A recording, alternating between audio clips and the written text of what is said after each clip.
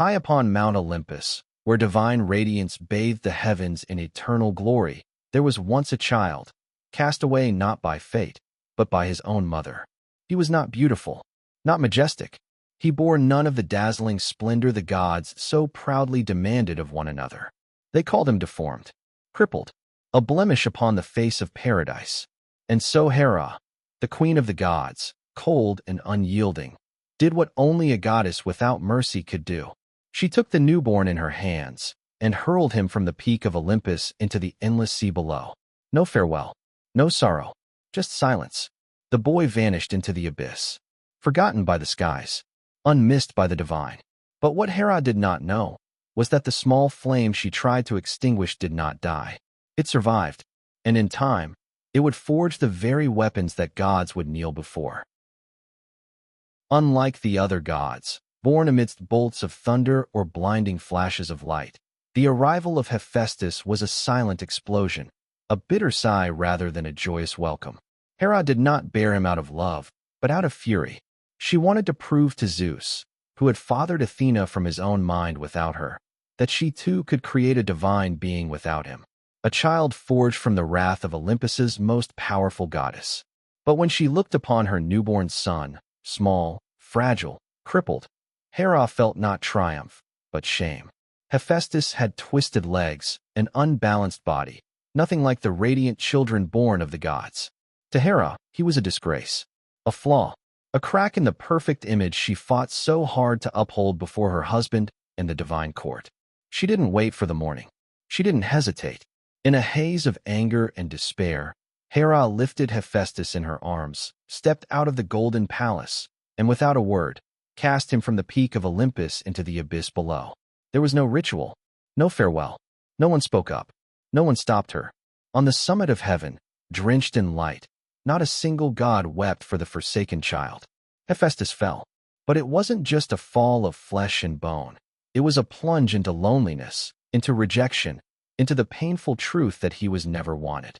Hera went on basking in divine light, while Hephaestus descended through clouds, through sunlight, through the last fragile hope that someone, anyone, might catch him.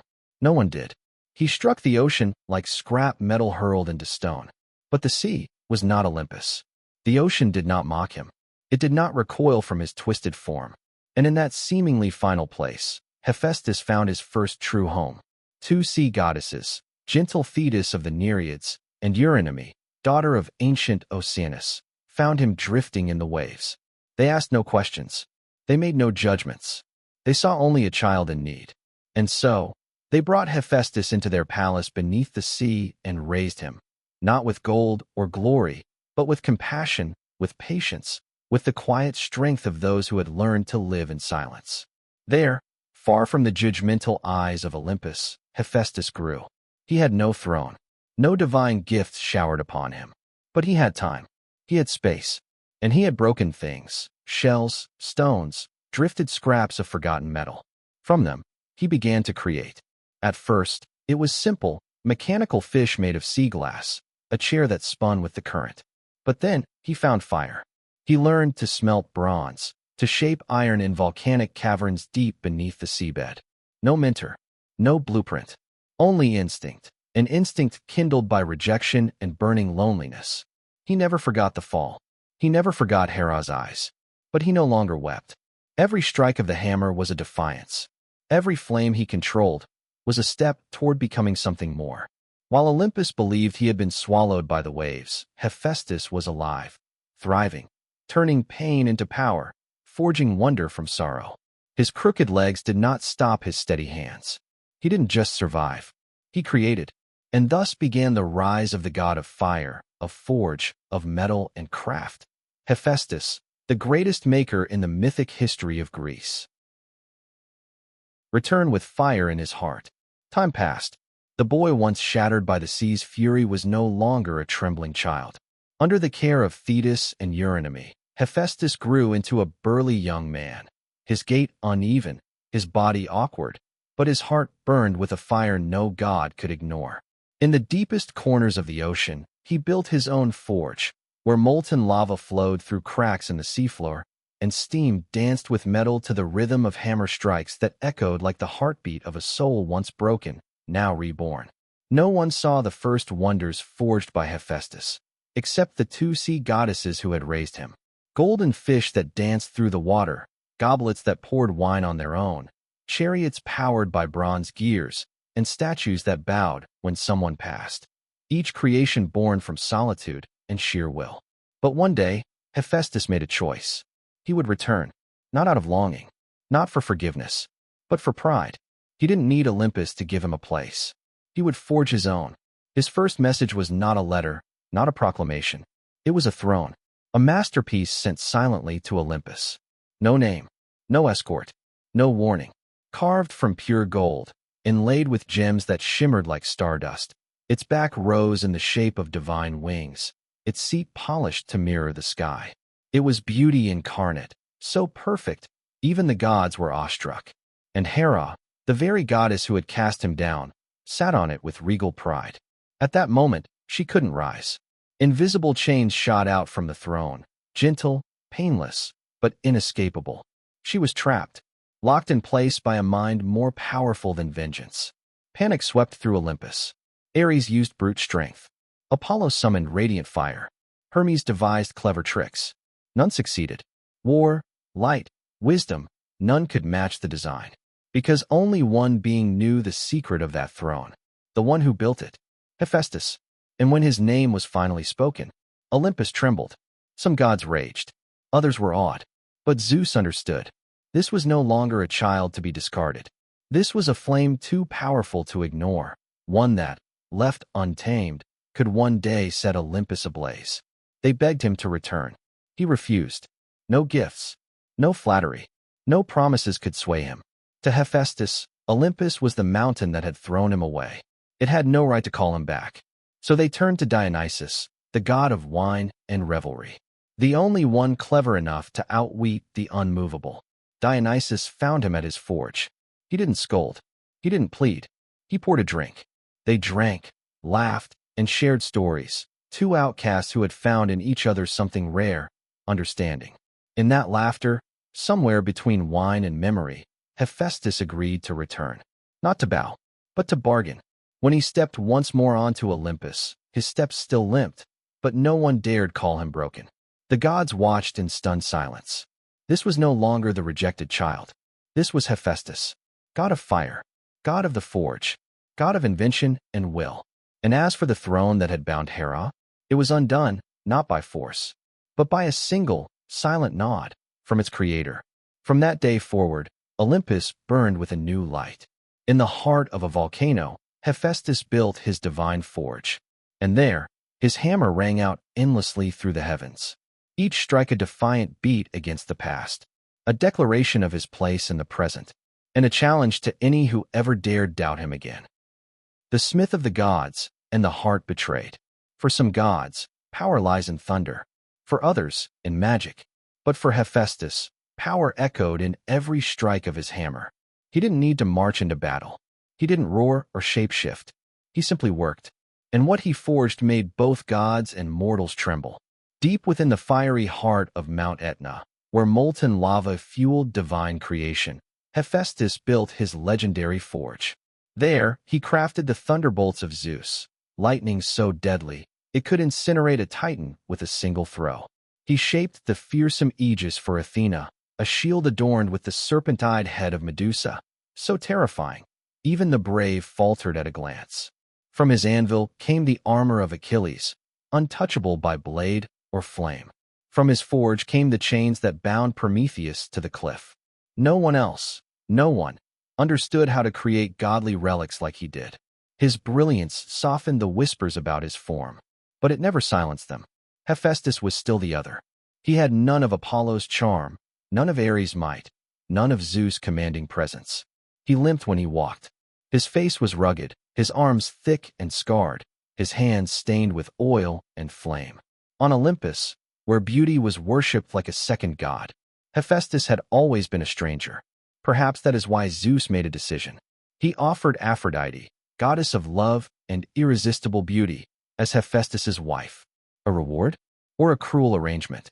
Aphrodite, radiant as the moon, eyes like the Aegean Sea, a voice soft as spring wind strumming a harp. And now, wife to the blacksmith of Olympus.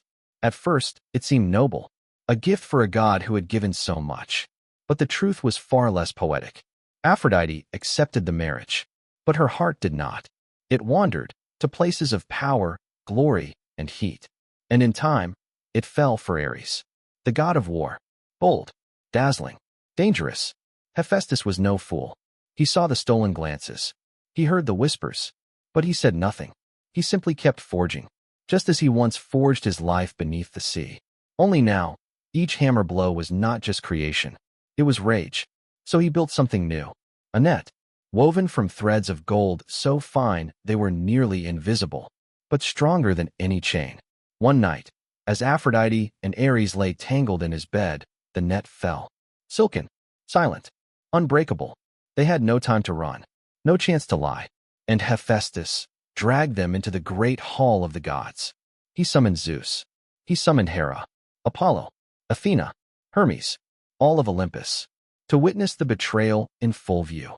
There was no sword, no scream, just a trap, and shame, frozen in golden threads under divine light. Some gods burst into laughter. Others turned away in silence. Zeus, awkward and red-faced, ordered their release. But Hephaestus had already made his point.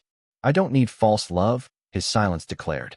But from now on, none of you will dare look down on me again. The one who forged fate with fire and iron. Some gods ruled the skies. Others commanded the seas. But Hephaestus, limping, calloused, forgotten, shaped the fate of the world with hammer, fire, and iron. He did not stand in crowds. He cast no spells, wielded no thunderbolts. Yet whenever a legendary weapon was placed in a hand, mortal or divine, its origins could almost always be traced to one place. The Forge of Hephaestus. During the Trojan War, a 10-year blood-soaked epic that birthed legends and buried empires, Hephaestus never took the battlefield, but his influence outshone that of any warrior. When Achilles, the greatest hero of Greece, withdrew from the fight in rage after the death of his dear friend Patroclus, not even the pleas of kings could bring him back. He would only return if granted new armor, stronger, holier, unmatched. So Thetis, Achilles' mother, and the same sea goddess who once saved Hephaestus from the depths, approached the forge. And Hephaestus remembered. He remembered the kindness. And he knew, not all were worthy of divine weaponry. But Achilles, with grief burning in his chest and vengeance in his eyes, was. What Hephaestus forged was more than protection. It was art. Upon the round shield, he etched the entire world.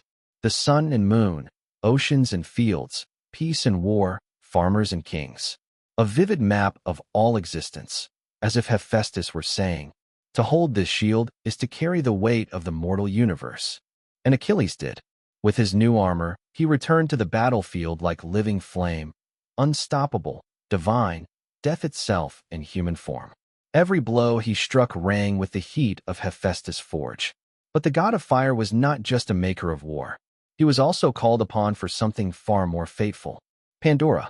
After Prometheus stole fire from Olympus and gifted it to mankind, Zeus sought revenge. Not with thunder or blood, but with a gift. A beautiful creature, too perfect to resist, too deadly to suspect. Zeus ordered her creation, and only one god could craft the body of such temptation. Hephaestus. With earth and clay, he sculpted Pandora, flawless, enchanting, so lifelike that breath seemed to linger in her lips. He didn't mold her from wisdom or virtue. He shaped her with precision and brilliance, just as Zeus requested. The other gods filled in the rest. Athena gave her skill. Aphrodite gave her beauty. Hermes gave her charm and deceit. And into her hands was placed a box, sealed, silent. Inside, all the miseries of mankind. When Pandora opened it, the world changed forever. Outpoured plague, war, suffering, death. And yet, one thing stayed behind. Fragile, quiet, faint, hope. Whether Hephaestus knew what he was creating, we may never know. Perhaps he didn't. Or perhaps he did. But he did not question. He did not choose sides. He simply forged. He offered the world tools. How they were used was never his decision. Just as Prometheus was chained for defying the gods, Hephaestus was the one who forged the very chains that bound him. A contradiction, a creator of the punishment, and a fellow outcast who once bore punishment himself. In a world of gods shouting for justice or hurling curses, Hephaestus stood apart. He did not demand glory. He needed no crown, only a corner to work, a fire that stayed burning, a piece of stubborn metal, and time, because he knew, even in silence, he was shaping the destiny of Olympus. One hammer strike at a time. The flame that never died. There is an uncomfortable truth no one dares to speak aloud on Mount Olympus.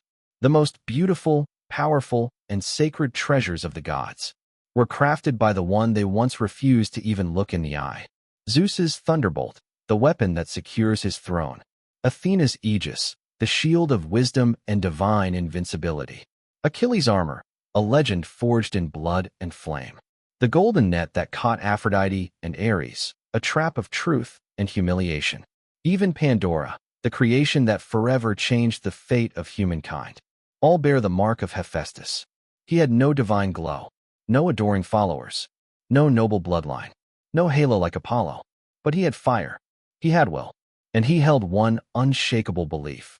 If no one offers you a place, forge one yourself. Unlike the grand gods who roamed Olympus in festivals, quarrels, and glory, Hephaestus appeared only when needed, just enough, just in time. He demanded no worship. He built no grand rituals in his name. Yet in every temple, every workshop, every forge where the ancient Greeks toiled and dreamed, Hephaestus was there. He became the symbol for those who made greatness from imperfection, those who didn't need golden crowns to prove their worth. People honored him not for miracles, but for what he stood for: labor, intellect, and resilience. In a world obsessed with beauty, power, and prestige, Hephaestus was a quiet but enduring reminder. True greatness is not in how you appear, but in what you choose to create. He wasn't born to win in others' eyes. He was born to master his own hands. And while other gods fought for love, glory, or vengeance, Hephaestus fought each day just to earn his place in the same room. And he did. Some legends say that, in the end, Hephaestus did not remain on Olympus. He chose to leave, to carve his own kingdom within the mountains, where he kept creating, teaching, and forging the first generation of human craftsmen. No throne, no crown, no banners, only fire, hammers, and the steady beat of a heart that never tired. Olympus may have cast him out, love may have betrayed him, but history did not. Because across ages and empires, every time a human lifts a hammer, every time a forge is lit, every time a creation is born from molten metal and human will, the flame of Hephaestus ignites once more. Hephaestus abandoned the moment he was born, yet through sheer determination and brilliance, he forged his own fate, and in doing so, helped shape the mythological world itself. A god who was never perfect, but became the perfect embodiment of rebirth, creation, and perseverance. Against all odds,